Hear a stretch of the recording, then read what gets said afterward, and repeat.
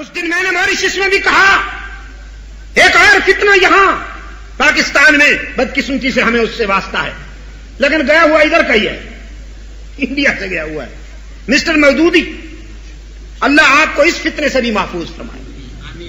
بہت بڑا فتنہ، سانپ کی طرح حسین اور سانپ کی طرح زہریلا۔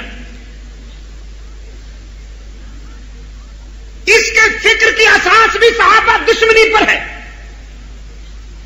لکھتا ہے کہ کوئی تنقید سے بالا تر نہیں، کوئی تنقید سے بالا تر نہیں، کوئی صحابہ معصوم ہے؟ میں نے کہا صحابہ معصوم نہیں ہیں، لیکن صحابہ معصوم استاد کے محفوظ شاگرد تو ہیں۔ صحابہ معصوم استاد کے محفوظ شاگرد تو ہیں۔ پیغمبر معصوم ہوتا ہے، گناہ کر نہیں سکتا، اور صحابہ محفوظ ہوتے ہیں، خدا انہیں گناہ کرنے نہیں دیتا، اس لیے کہ وہ نبی کے موقف کے عینی گواہ ہوتے ہیں، اور کسی کیس میں گواہوں کی پوزیشن بہت نازک ہوتی ہے، اگر گواہ جھوٹے ثابت ہو جائیں تو کیس ناکام ہو جاتا ہے۔ اللہ نے قدم قدم پہ صحابہ کے کردار کی اور دیانت کی حفاظت فرمائی ہے تاکہ ان کی دیانت رسول کے موقف کی کامیابی کی دلیل بنے۔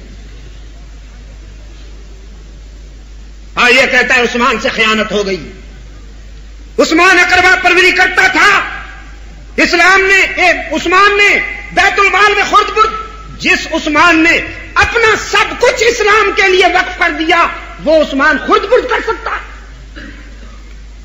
اور ایک بات اور بھی کہتا جاؤں، میں معافی چاہتا ہوں، موضوع سے ہٹ کر مجھے بات کرنا پڑ رہی ہے، لیکن میں زخمی ہوں۔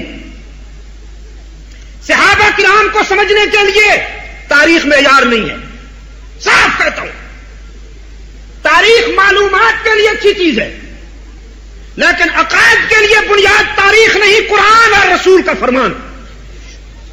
جو شخص عقائد کے معاملے میں تاریخ کو معیار بناتا ہے وہ بدنیت ہے، سبائیت کا ایجنٹ ہے۔ میں تاریخ کے اسی حصے کو قبول کروں گا جو قرآن و سنت کے مطابق ہوگی، جو قرآن و سنت سے ٹکرائے گی۔ تاریخ کو چھوڑ سکتا ہوں، صحابہ کو نہیں چھوڑ سکتا۔ تاریخ ٹوٹا پھوٹا آئینہ ہے، دور رسالت سے 200 سال بعد لکھی گئی ہے، عصبیتوں کے عروج کے زمانہ میں لکھی گئی ہے۔ تاریخ نے کسی کو معاف نہیں کیا۔ تاریخ کا ایک پہلو بنو عباس کو اور دوسرا پہلو بنو امیہ کو نشانہ بناتا ہے۔ میں تاریخ کے آئینے میں صحابہ کا چہرہ نہیں دیکھوں گا اور نہ آپ کو مشورہ دوں گا۔ میرا مشورہ یہ ہے، صحابہ کا حسن و جمال دیکھنا ہے تو قرآن کے بے داغ آئینے میں دیکھیے، رسول اللہ کے فرمان کے بے داغ آئینے میں دیکھیے، اور پھر آپ کو پتہ چلے گا کہ صحابہ کا چہرہ داغدار ہے یا بے داغ ہے۔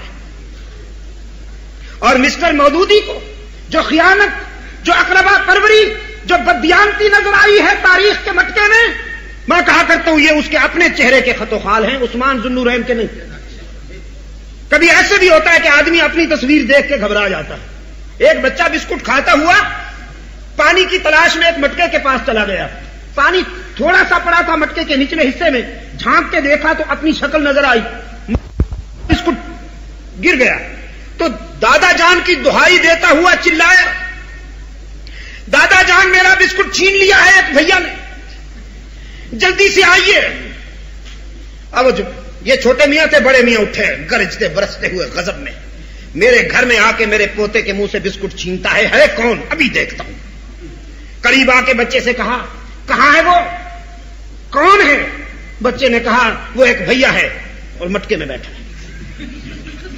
بچے کو ہٹا کے جو بڑے میاں نے غور سے دیکھا تو اپنا چہرہ نظر آیا، کہنے لگا اما تم تو کہتے تھے بھیا ہے، یہ تو کوئی سفید ریش بدماش ہے، بوڑھا ہے، اور حیا نہیں آتی بچوں کے منہ سے بسکٹ چھینتے ہو۔ اب وہ جو ویسا ہی رد عمل ہوا تو اور بگڑ گئے کہ میرے سامنے بولتے بھی ہو، پھر چوری اور سینہ زوری اٹھا کے مکہ مارا، مٹکا ٹوٹ گیا، نہ بھیا رہا نہ بوڑھا رہا۔ تاریخ ٹوٹا پھوٹا آئینہ ہے، دور رسالت سے 200 سال بعد لکھی گئی ہے، عصبیتوں کے عروج کے زمانہ میں لکھی گئی ہے۔ تاریخ نے کسی کو معاف نہیں کیا۔ تاریخ کا ایک پہلو بنو عباس کو اور دوسرا پہلو بنو امیہ کو نشانہ بناتا ہے۔ میں تاریخ کے آئینے میں صحابہ کا چہرہ نہیں دیکھوں گا اور نہ آپ کو مشورہ دوں گا۔ میرا مشورہ یہ ہے، صحابہ کا حسن و جمال دیکھنا ہے تو قرآن کے بے داغ آئینے میں دیکھیے، رسول اللہ کے فرمان کے بے داغ آئینے میں دیکھیے اور پھر آپ کو پتہ چلے گا کہ صحابہ کا چہرہ داغدار ہے یا بے داغ ہے.